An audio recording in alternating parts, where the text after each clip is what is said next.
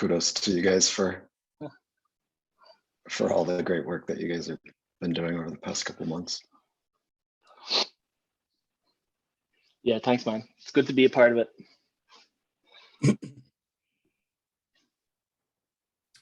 Okay, so you should be seeing something now. Yeah, can see it. Okay. Do you want to kick us off, Benji? Sure thing. So this is the concept for the new landing page. Can you scroll down there, Andy? So at the moment, there's a lot of lorem in there, but really, you know, the purpose of this page is just to inform people about, like, you know, what Rocketswap is, what Lamden is, why they should care, and yeah, quick overview of the assets. And if we scroll up, we can go into the app.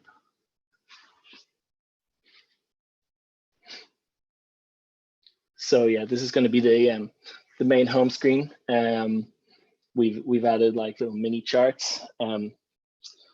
Yeah, it's going to be basically, you know, the same as before, except, you know, a lot of the features people have been asking for are going to be in there. Token to token swaps are on our roadmap for the year. Let me see. Should we go into the swap panel? Yeah. Guys, I actually have to run upstairs. I hear my baby awake. Andy, can you take over? Yeah, I got you. Yeah, thanks. All good. Yeah, so like Benji said, we just wanted to give it a new look. And yeah, so the swap page also add enhancements along the way that makes sense. And if by the way, I should have paused. Does any, based on the homepage you saw and based on that landing page, did anybody have any feedback on anything you've seen up to until this point? It looks really smart, mate. From my side, I think it looks really cool. To be fair. Nice. Yeah. Thank you. Yeah, that's sexy. It looks smart. Yeah, the huge benefit that I always love about these community calls is getting that feedback, just because, you know, sometimes it's just us looking at this. Sometimes we've looked at it way too long and we kind of lose sight of what we want to do. So yeah, even if you don't have any feedback in this call, if you want to send any of us a message at any point, you can, and happy to take that feedback. If you've been waiting on something to come out, some enhancement, and you don't see it. I suppose just a question from my side is, you know, the price chart on the right, is that going to be, like, obviously it looks a bit erratic, like, is there a set date that's going to be? Is it going to be like, obviously that's 1.5 months, are we talking that's what it will always be, or you just, can that be edited, or how does that work from on the chart side? Yeah, Hey guys, I'm kind of half back here and giving the baby a bottle, so yeah, I might have to jump off again. But to answer your question there, Chief, yeah, that's going to be configurable. So, like, you know, the UI is going to be able to query the API and get any sort of data there. Okay, no, it look, I like the look of it. It looks great. To be fair, guys. Yeah, Andy, I think, has done a really good job bringing it up to date. I love the gradients on the icons, and the gradient outline. I think it's really fresh and up to date. And moving on to fuel, I feel like the fuel page today, it needed some love. So I don't know how we can explain to people easily just the discounts and why you should, because why you should add fuel and Rocketswap to the app. So hopefully making it obvious like this of how much you'll be getting discounted if you add fuel, and just all the benefits. Hopefully this helped clean it up some. So, do you mind me asking, what is fuel? Is it adding to the liquidity pool? What do you mean by fuel? Sorry, I just wanted to understand that. So, I don't know if you want to take that one, Benji. yeah, is that like staking? Is it, or is it? Yeah. Yeah, exactly. So when you add fuel, it basically just locks it in the Rocketswap exchange contract, and you get like a varying amount depending on how much RSwap you locked up. So it's the equivalent of the farming the farming on the current website. Is that right? No, it's completely different. Oh, okay. Yeah. Yeah. So this is like, this is like pre-staking, right? And you don't get a reward back for this, other than the discount. Yeah, so we might have to take that back just to show it in an easy way that what this is doing is it's giving you a discount on all swaps if you pay the fee in our swap.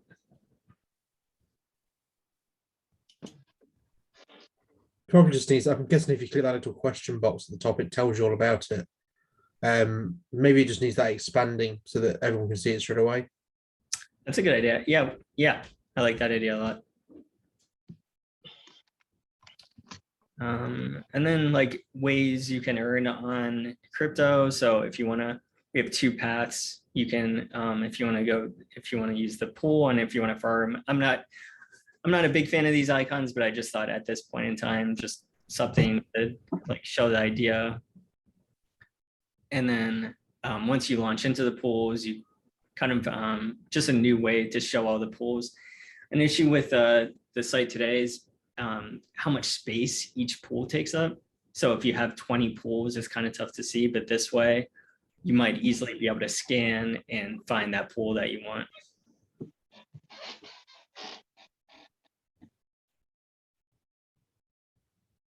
So will that automatically show all the pools, or will it still be a case of you pick the pool, add it to yours, and then it'll only show once you've actually contributed to that pool?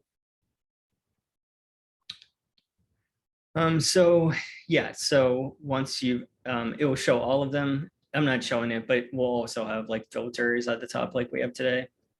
But yeah, you'll be able to see not just the pools or the farms that you've staked in, but all of them. Yeah. If you stake in a pool, will that go to the top of the pools, for example, or will it just, do you understand what I'm saying? So obviously in the current Rocketswap, when you click my pools, you have your own, the pools that you're in staked, you have liquidity in.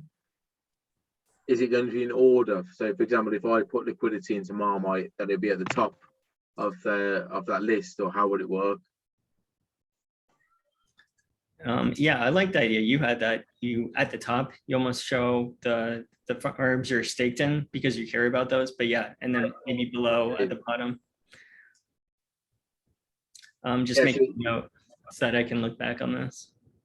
Okay, so yeah, so basically if I'm pulled in Jeff Coin and Demon Coin as an example, then they should be at the top of my list, and then the rest of them should be below is I suppose from my perspective anyway.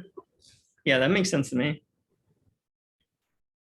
Is that easy enough to do, is it, Andy?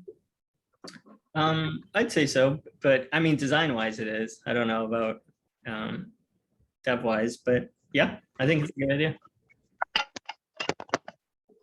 And then finally, we have a help section like we have today, just explaining if someone gets lost, stuck, needs help, that we can quickly just help them out. But that's kind of it, unless anybody has anything else.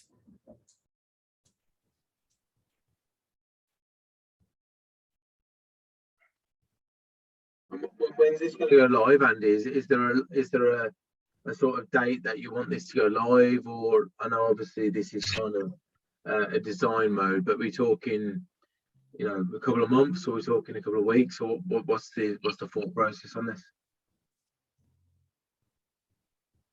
Benji, Hey, I'm back with the bottle. Yeah, I guess it's going to probably I would say 2 months ish before we see this. No. I'm only asking. I'm not like gonna hold you to anything. I just wondered, just as a rough idea. That's all. Yeah, I'd say like once we get through the design process, getting at least this version up, provided like, you know, we're not like adding new features on the API side. It should be quite a quick job to get that out. But what we're looking at now, what that actually ends up, you know, turning into in terms of features, isn't clear yet. So, you know, for instance, like if we're adding like token to token pairs, right, in the first version, or if we're pushing out the DAO, for instance, and that might make that timeline a bit longer. Yeah. I suppose you can always release it without those features and add them later. Yeah, definitely a possibility. Just to echo what Chief said, or Adam as I know him. Yeah, I mean, really smart looking user interface. I quite like the current one, but like you say, it's probably a bit 90s. And this just sort of bring it up to date. Yeah, thanks. The current interface, like it was pretty much designed by myself and Jeff, and Jeff inherited some design decisions that I made early on, and like I'd be the first person to tell you, like, I'm an absolutely crap designer. So I think Jeff did an amazing job, taking what I gave him and turning it into something beautiful. And same as Andy, like, he jumped in there and really polished it up and added his touch. But it's definitely very excited for a fresh start. And this is on a whole other level, in my opinion. Something I don't want to lose though, Jeff and you, Benji, made it so fun with like the rockets taking off or going down, and I think fun stuff like that, we need to find a way to like keep that going, not lose them. From my side, Andy, I have to say, I've had probably 5 or 6 random people come to me and say that they love that part of when they buy, like they think it's cool, like so I do think that is a really good part of it. I know it's very small and it doesn't really matter in the grand scheme of things, but I have had a lot of people say to me that when the rocket takes off when they buy, it's just a little cool feature that they really like. So I honestly think that definitely should stay anyway. 100%, and props to Jeff for putting that one in, because honestly I was completely indifferent about the rocket launching, but Jeff was like, we have to have a fucking rocket. Yeah, it's cool. It's cool. All right. Fantastic work, Andy. Thank you, Benji. Looking forward to it. Next topic we have is updates for Lambdoge. Hand it over to Pepper. All right. Hello, everybody. Can you hear me? What's up, Pepper? Yep. Okay. Okay, let me see. How do I share the screen here? I've never done this before. In the middle of the screen, it should say share screen.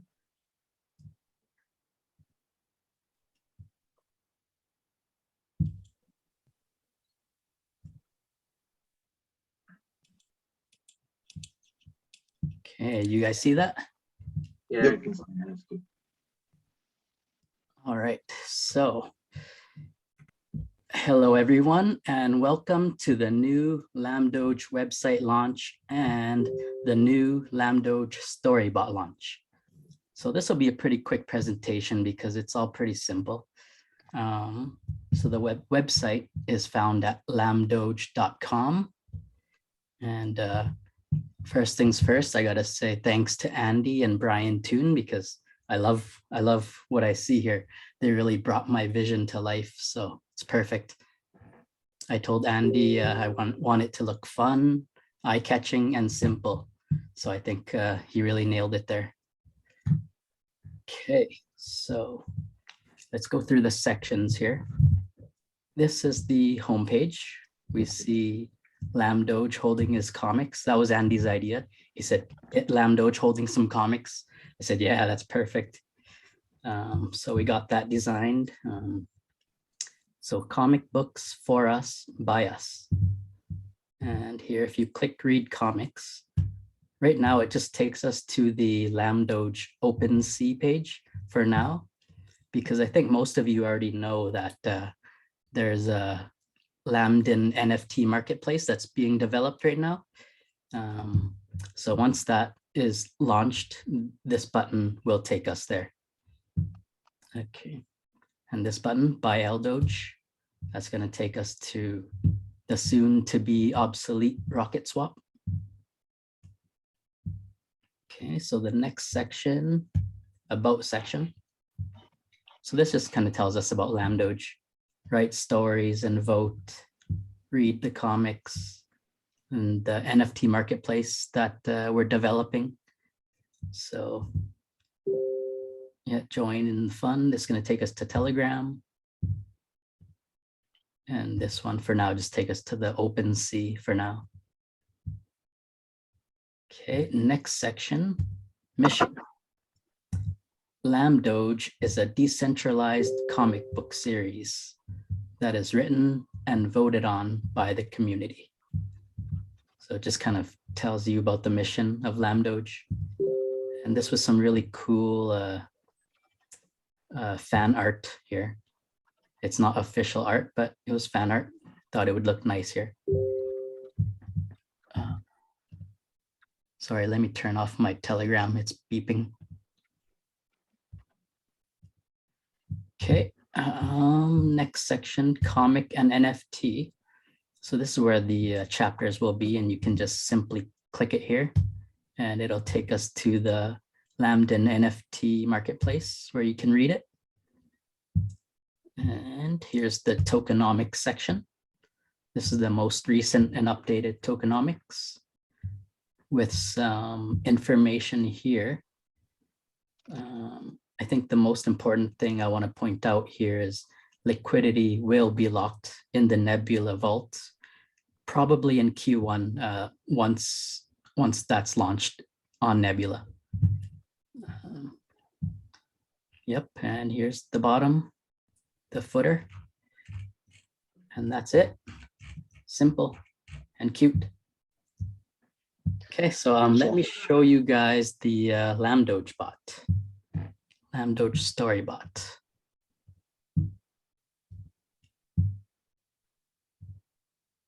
And this was developed by our wizard Endogen. Can you guys see this, the Telegram? Yeah, I can see it, man. Yep. Okay. So to get started, you could really just go to any Lamden channel, Lamden-based channel, and type, is this backslash or forward slash? Yeah, so /Ldoge. And it tells you DM the Lamden bot, DM that command to the Lamden bot. So we'll go there. Ldoge. And it tells us the instructions. Basically,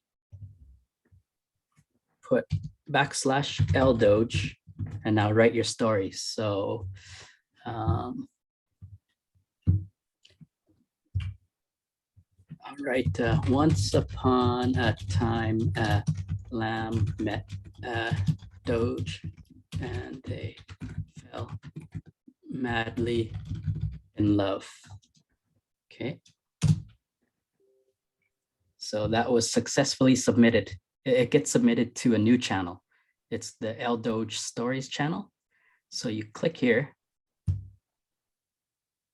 And this is the channel where all of the stories go. See, I just wrote this. Once upon a time, a lamb met a doge and they fell madly in love. So if you like that, you click on vote up. But if you read here, it says, once you hit the vote up button, you cannot take it back. So be careful. If you don't like it, don't click on that vote up button because you can't take it back. So I like it, I'll click it. Okay, vote was counted. So now I can't take it back. I can't keep adding more votes no matter how many times I press it. Okay. So I'll go through these instructions here. Each user can only post one story per chapter. See, I'll try to do another one.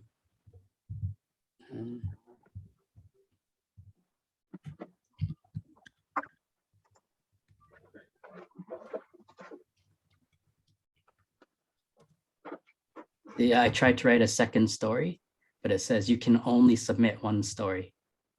until I reset it for the next chapter.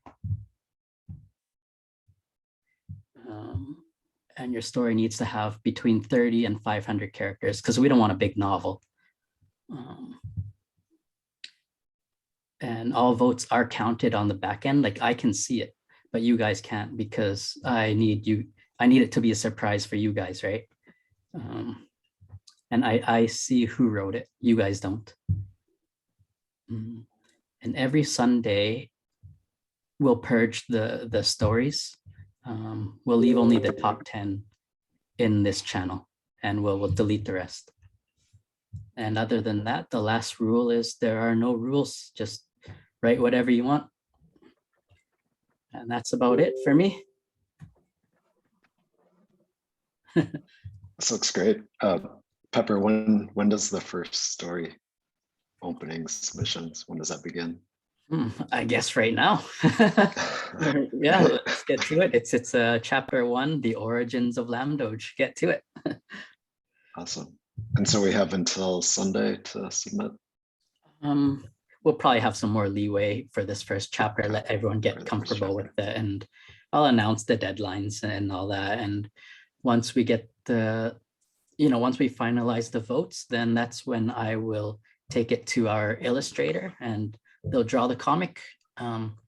But to be honest, I don't want to draw the comic until the NFT marketplace is launched, because I mean, I could and then put it on OpenSea, but that sounds kind of blasphemous, I want to keep it on Lamden.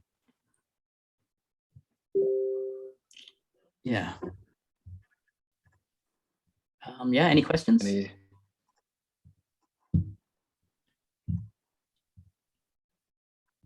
I've got a question. Sure. The 500 character limit. It seems like not a lot of room to write a story. Are there any guidelines given on what best practices to use on writing the story? Like, should it just be the narrative, or what do you see happening there? I guess just write it to the best of your abilities, and then I'm just going to give that transcript to the illustrator and say, here, do your thing. Read this and draw it, basically. Cool. With 500 words, you can get quite creative though, can't you? As in, you're going to have to be more creative to get it into 500 words. Yeah. So actually, that's 500 a positive thing. Pardon me? 500 words or 500 characters? 500 characters. I mean, we can always adjust that if you guys think it's too little, but Neil, you're kind of hitting it on the head. Like, it's kind of like Twitter, they limit it to such small amount of characters for a reason. It forces you to be more creative. Yeah. From my side, going away from the comics, I have to say, fair play. The website looks fantastic, so you've done a really good job there. And I know you said Andy was involved, and it looks really smart. So great job. Yeah, thanks. Yeah, Andy's definitely another wizard in our community. But we can always change the 500 character limit for sure.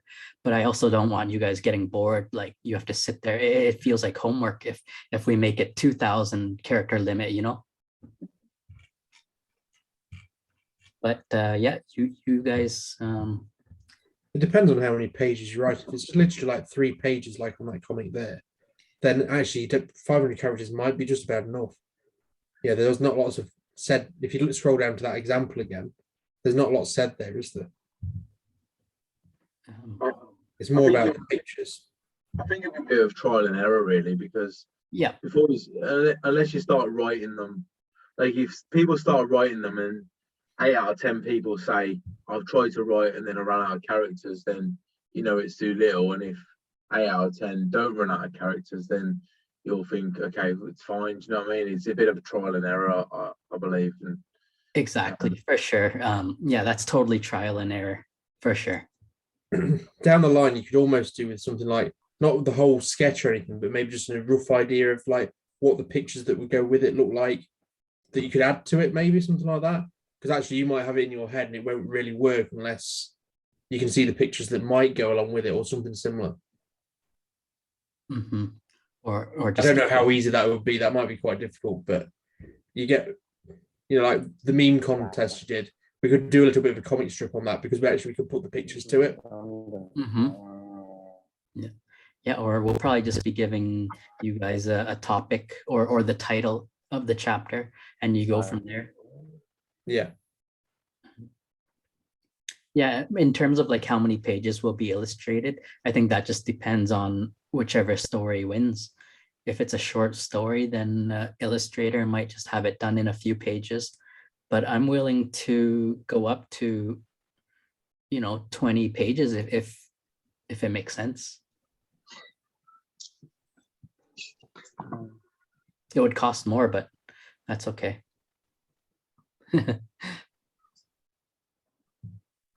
Cool. Awesome work, guys. This looks really, really cool. All right. So moving on to our next topic. Thank you. Thank you so much, Pepper, Andy, and Thanks, Nitrogen. guys. Our next topic is a new DApp from one of our developers, community developers, Evan. Hey. All right. Yeah. So it's a new DApp. It's based off of Tornado Cash, which is on Ethereum. Basically, what it allows is sending private transactions. So either like you could kind of anonymously send some token to someone else, or just to a different address that you also own.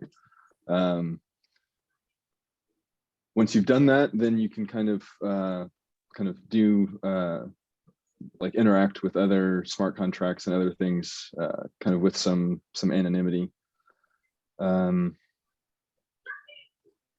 Andy designed an awesome UI for it. I'm not actually prepared to show the UI, but I was hoping maybe Andy could show it after I kind of go through a few of the details. Let's see. I'll share my screen. Host disabled.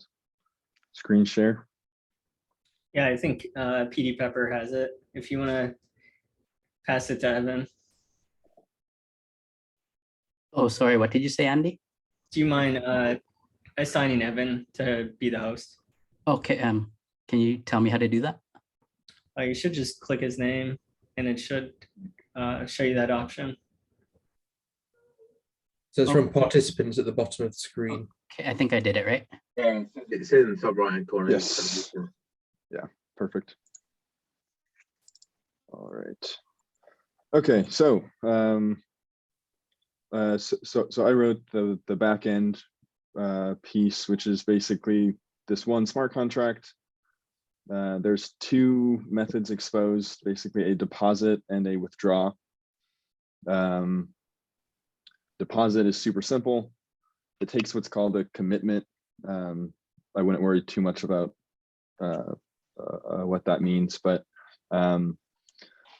it basically deposits an amount into this contract, and then later on, you can call this withdraw method, which basically takes in a proof, a recipient. So this is where the tokens will ultimately be sent if the proof is valid. A relayer. This becomes important, and I'll explain why in a second. A fee. This fee goes to the relayer, and then this refund isn't actually implemented and doesn't actually matter. But so anyway, so then it verifies the proof. Assuming that's good, then it will withdraw the amount to the recipient, and then it pays the relayer a fee, and the fee is set by the relayer. So this is where the relayer code is. So the reason why we need a relayer is because someone has to sign the withdraw transaction. And so that gas fee that's required had to have been funded somehow. And it would be pretty easy to link basically the funding of that gas fee back to some known address. So what this service does is, and it's decentralized, like anyone could spin up a relayer. So basically you send it basically a request to make that withdraw transfer for you. And so so the relayer actually makes the withdraw transaction, and kind of as an incentive for doing that, it gets a fee. And so that's what we saw in that withdraw method. And so doing it this way, like things are only linked to the relayer. So there's absolutely no link between basically that first transfer into the contract and the withdraw that will end up going to whichever recipient that wants it to. Let's see, I think that's all. Yeah, all I wanted to go over on the back end side. So I'm not sure, Andy, if you have the front end handy, but I could pass it off to you. I was just going to say before you move on to that, so this relay, would there be like lots of different relayers, and therefore it scrambles it? Because actually, if there was only like one relayer, you could just track all the transactions to the relayer, and then track all the transactions out of the relayer, and you'd still be able to get the prior. You'd still be able to get to the transactions, wouldn't you? So the relayer actually is all it does is it calls this command. Well, I guess that's technically not true. So it gets a request from someone to make a withdrawal, and then it uses this information, this note. So this note is basically the secret that the user saves for down the road when they want to withdraw. So say they want to withdraw, they send this request to the relayer or a relayer, and then the relayer just calls this method. It computes a valid proof and then calls this method.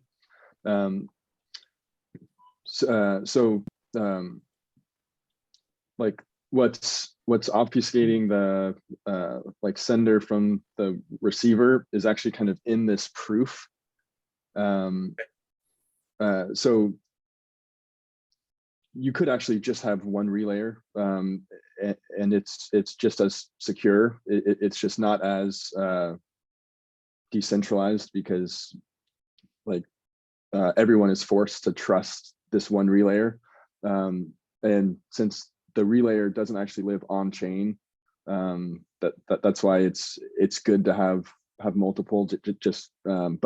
But technically you could just have one relayer.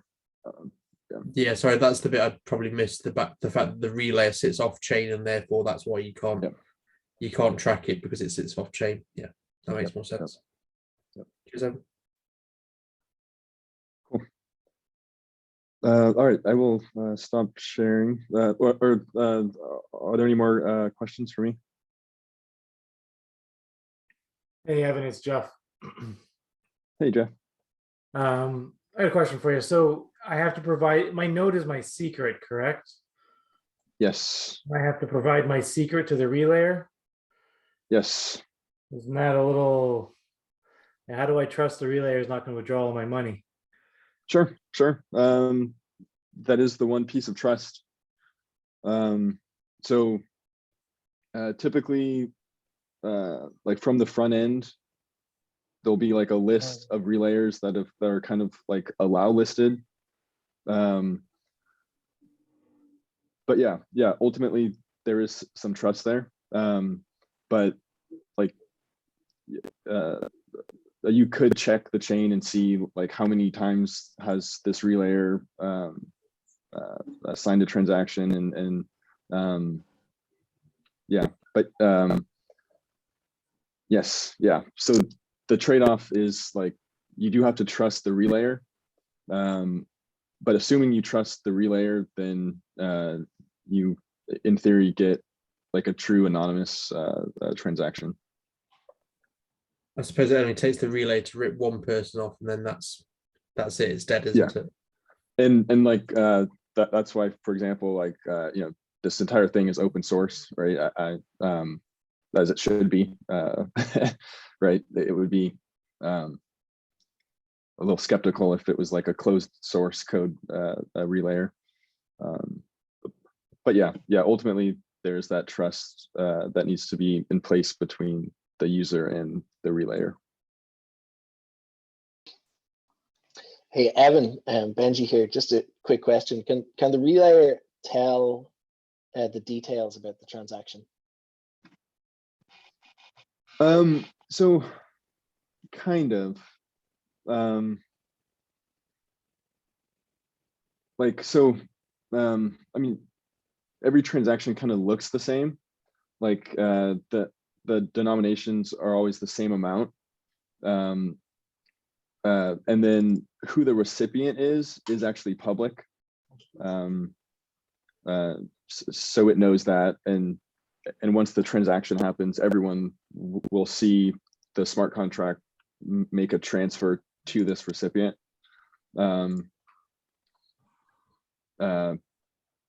But yeah, like the technically, because all you really need is the secret. So technically the relayer could take the secret, switch this recipient address, and then compute a valid proof with a different recipient, and they could steal funds. Yeah.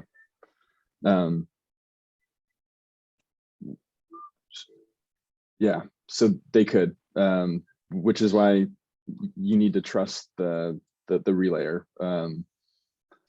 In fact, so for Tornado Cash, they have some sort of like pull request, like approval process where you can like apply to be an allow listed relayer. So yeah, ultimately we would definitely want to have something like that in place. And then like a feedback mechanism. So if some relayer is behaving badly, that they would be taken off that allow list. Is a relayer just a wallet address, Evan? I just, sorry, I'm a bit of a novice here, so I'm just trying to ask the Pretty question. much, yeah. Okay. Basically just a wallet address, and it has a really thin server that it basically takes this request, it computes this A, B, and C part of the proof, and then calls this method.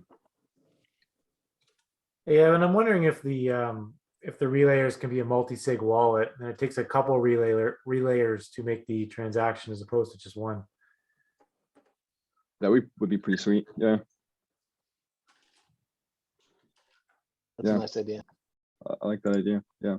It does make more sense if you have 2 or 3 relayers, 2 or 3 wallets involved, because then you have lots of different people. So you're not trusting one individual that can technically steal your money. Do you know what I mean? In a way. Right. You just have to trust that I didn't spin up 3 different relayers that are all that are all bad. Yeah, well, you got less likely to have 3 bad than it's less likely to have 1 trustworthy guy out of 3 than 1 on his own. Yep, for sure.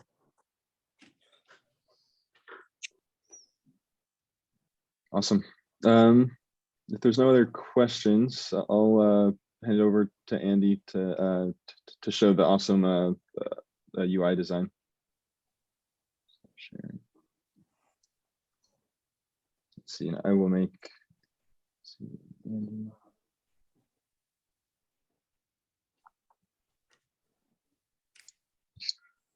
Host. Thanks, Evan. And yeah, help me out with some of this, since you created the smart contract. So just help me talk through some of this. Do you see my screen? Yes. Okay, so this is the homepage that's explaining to everybody what Evan just explained, that you need to basically what this is and how you use it, that you need to connect the wallet, you need to deposit how, and then you need to say, you type in that address that you want it to go to anonymously. So I'm hoping this homepage does a lot of hard work to like easily explain this complicating idea. So does anybody have any feedback about the homepage? Do you feel like it makes sense? Anything you can think of?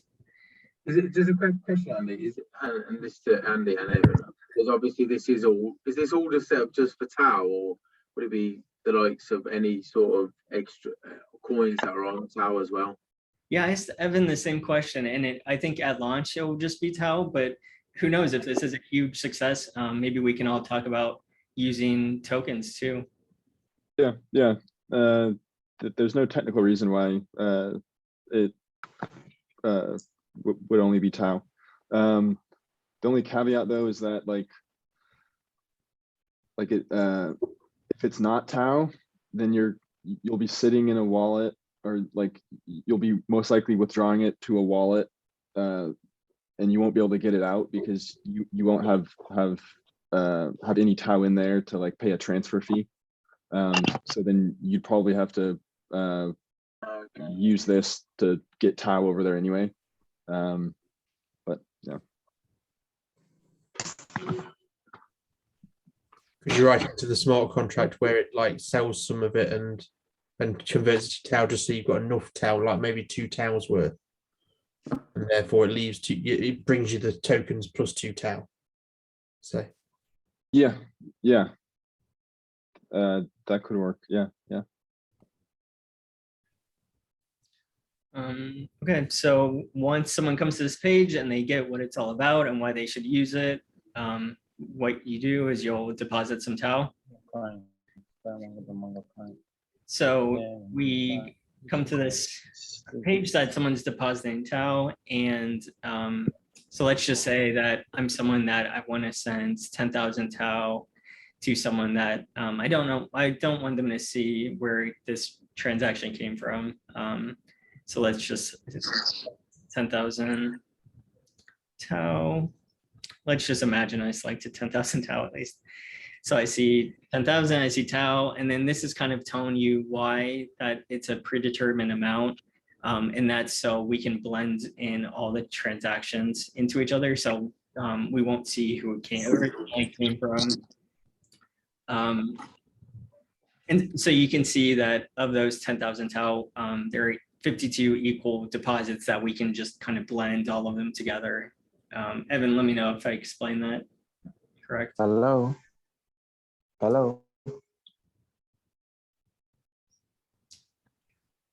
Okay, so let's see. So let's just say I connect my wallet. I selected 10,000 Tau, and then I am able to deposit that 10,000 Tau. We also have a message at the bottom just suggesting that someone use the address, VPN, just so that your IP address isn't being tracked. It's something that Tornado Cash does that we thought would also be a benefit. Can I ask you a question? So you know the Lamden Watcher, when you transfer Tau over to another Tau, if you do it through this Lamnado Cash, does that mean that will not be tracked on Lamden Track or Lamden Watcher as an example?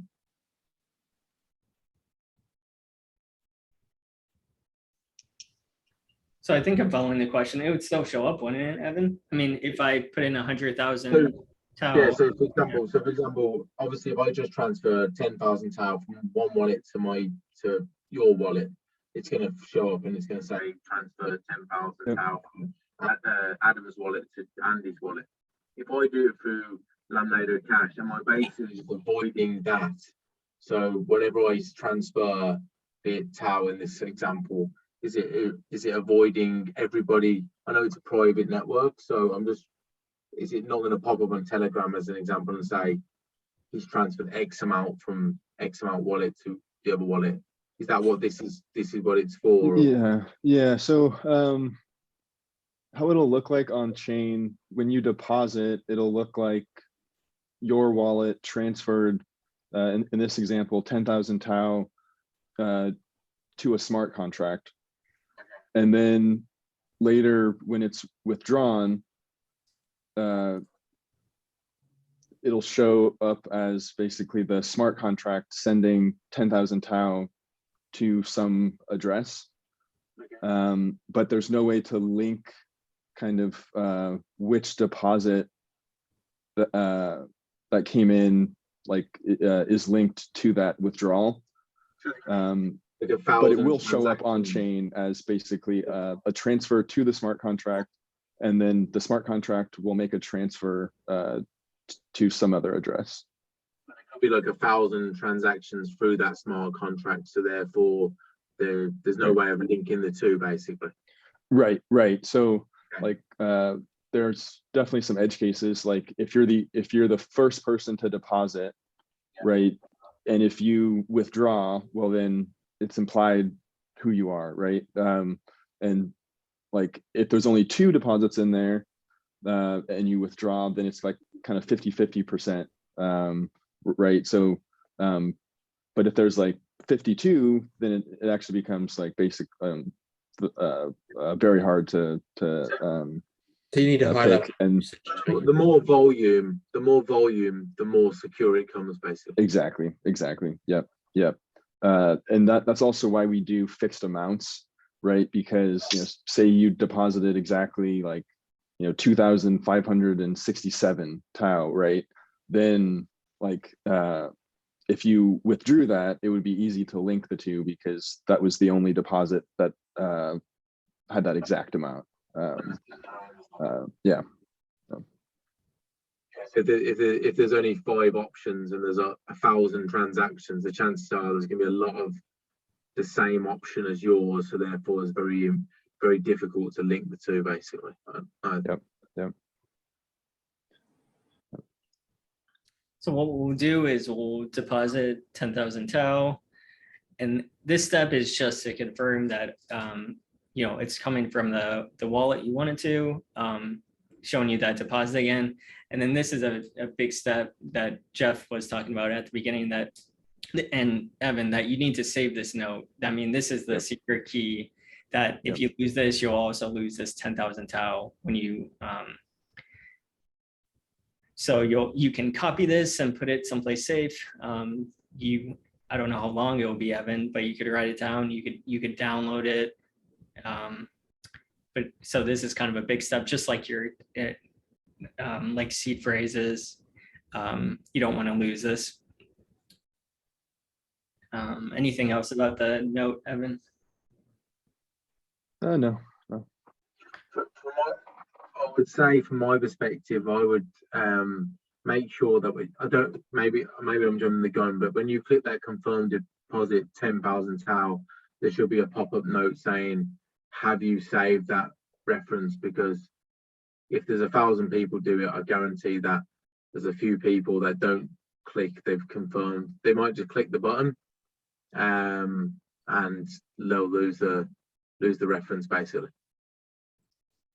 I would just say if there's only like small amount of transactions, you might not get that problem, but as it gets bigger and there's a lot more people, you need something to flag up to say, please save this. And you might have to do it 2 or 3 times, because there will be people that just click a button. The amount of people that click terms and conditions and click continue in real life is a lot of people. So that's just from my perspective. Yeah, so I don't know if we can we just change that content, that maybe I'm just thinking of ways that, maybe like force them to actually download it. So like until they actually click download, like that confirm button is disabled or something.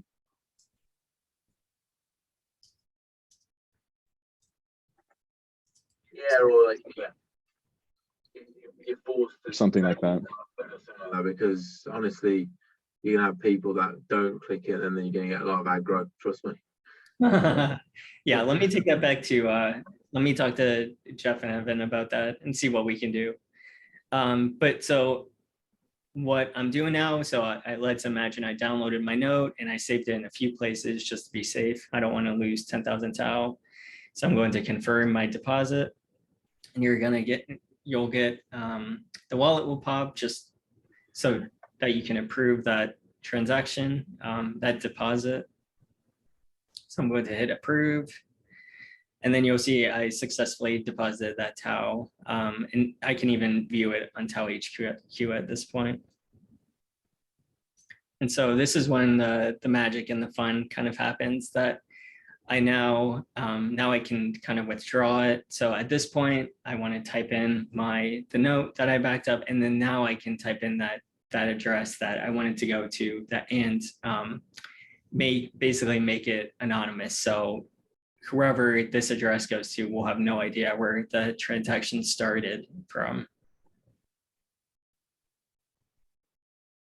So I'll type in my note, I'll type in that address, and then I'll hit withdraw. And again, this is just like to double check that, yep, this is the address you typed in, this is how much you want to withdraw. And when I select confirm, you get a success message. Andy, will this screen have a drop-down box of all the relayers?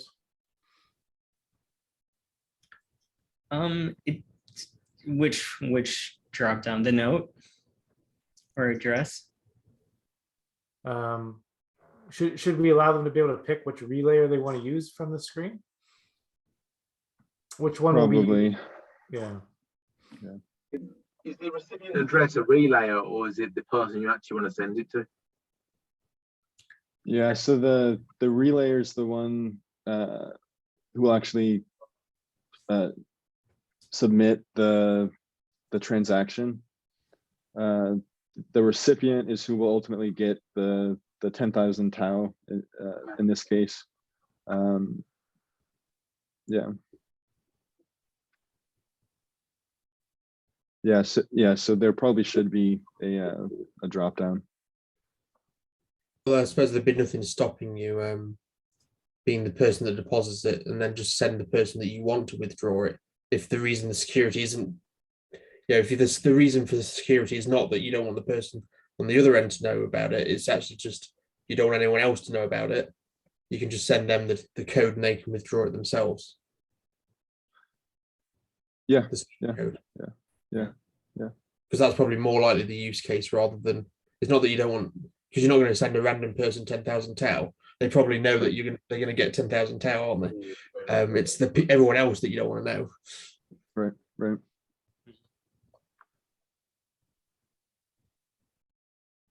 I mean, that's a great point, really. Like you could avoid the relayer altogether by just passing 10,000 tau through this and using that clean address to just send people money, right? You don't necessarily need the relayer. Ultimately, everybody you send the money to or the crypto to, like, well, I got very little amounts of time that you're going to find that the person that you send it to doesn't have a clue that you're sending it to them. It's the person you're sending to is always going to know. The anonymity is to avoid anyone else knowing that you've sent it to them. Right. Yeah. So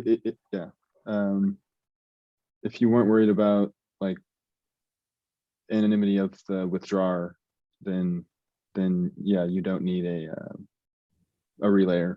Or if you were doing it often, you could use the relayer once, and then once you had a clean, or not clean, but tau on an anonymous address, you could then use that address to withdraw directly and not go through a relayer.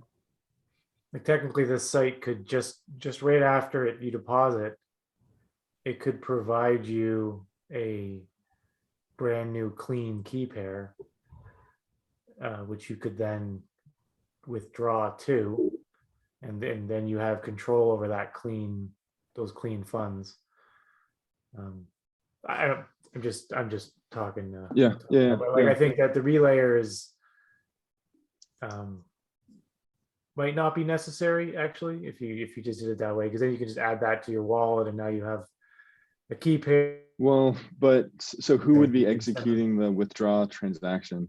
Because that signer is linked to wherever it gets withdrawn to. Because someone has to pay that stamp cost to call that withdraw method. Interesting.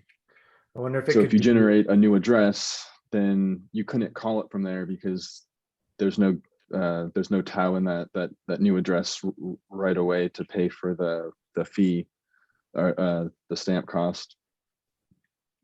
And in order to get it there without a relayer, you'd have to sign it from an account that was linked to an identity. Is there any way of the relayer lending them that tau, but then taking it back once it's transferred? I don't know. Never send people crypto No. first. Yeah. Yeah, No, it's I don't think that works. But if I said it aloud, it made sense. I just realized that is the gotcha. But you know, if we all used the same key pair to send withdrawal requests, you know, Well, just and say that's we all effectively had- what the relayer is, right? That's effectively. yeah, but I have to what the give the relayer is. relayer my note. But if we all just used the same key pair, then yeah, it is like the same person's just Right. You have to just trust that no one's gonna clean out the heck. Gonna clean out that. Yeah. But, you know, yeah. Anyway, But yeah, once one person uses a relayer, then like everyone else could just make withdraw requests from that that clean address. Yeah, and then you would save on the fee. Yeah, so okay, and I think that's actually what Tornado Cash does as well through a relayer, but you can just sign the transaction yourself. So yeah, so if you've used the relayer once and you already have kind of a clean account, then we should let them just call withdraw themselves, and then they'll save on the fee.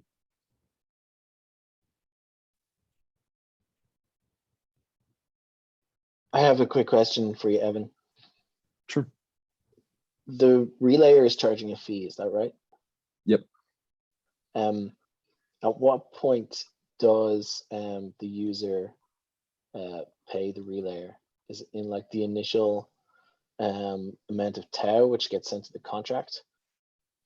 That's a good question. So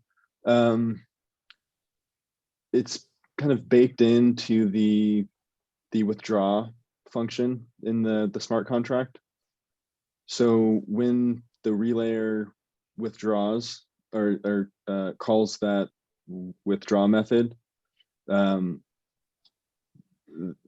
fee is basically automatically taken out of that and deposited into the relayer's address. Gotcha. And is that just like a static value that's going to be the same for all relayers? The address of the relayer? So I mean, like the fee they take, is that going to be like a predefined percentage, for instance? That's a good question. So each relayer can set their own fees. Yeah, so it's whatever the relayer sets. So that's another reason why it's good to have multiple relayers, because then you get some competition, and you know there's an incentive to keep the fees fair. Yeah, and like I mean the fees are mainly just to reimburse for the stamp cost, and then some minor like infrastructure cost, because you know have to run the server somewhere. Gotcha.